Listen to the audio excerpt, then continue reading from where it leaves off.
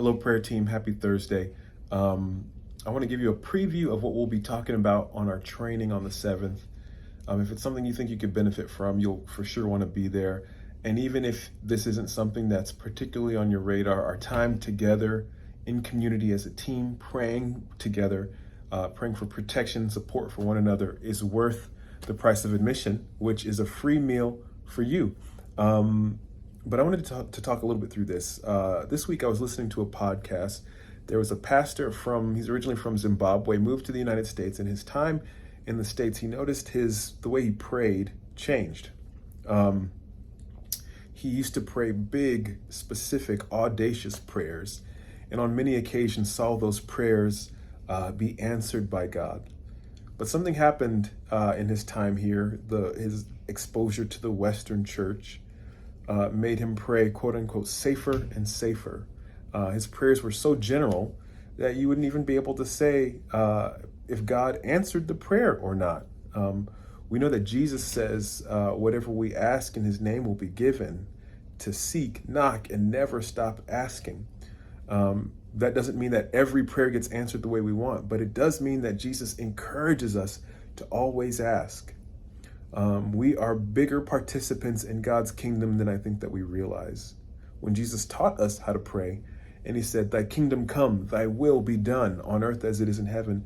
It's not as, in the sweet by and by, may your kingdom come because it's getting too hard. It's, I, through prayer, partnering with you, God, will help your reality, your kingdom, be evident here on earth. If we're praying in a way that's like, whatever end up happening happens, God, just give him the grace to make it through, we might be missing it. I think there are occasions for that.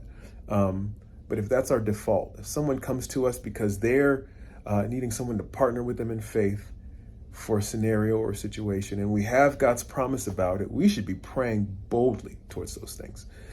In fact, it's one of society's biggest critiques of Christians, of the thoughts and prayers movement, right?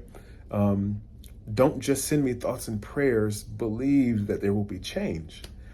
And I believe that prayer changes things. And if you're part of this team, I know that you do as well.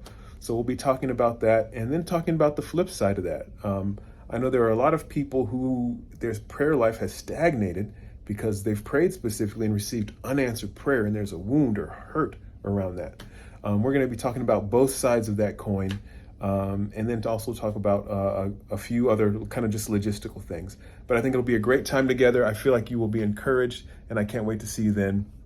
Thank you for all that you do, and in the way that you support Oak Hills and the body of Christ and God's people in the city of San Antonio. Blessings to you, and I won't be here this Sunday. I'll be out, but I'll see y'all here in a couple of weeks, and on the 7th for sure. Okay? Can't wait to see you then. Peace.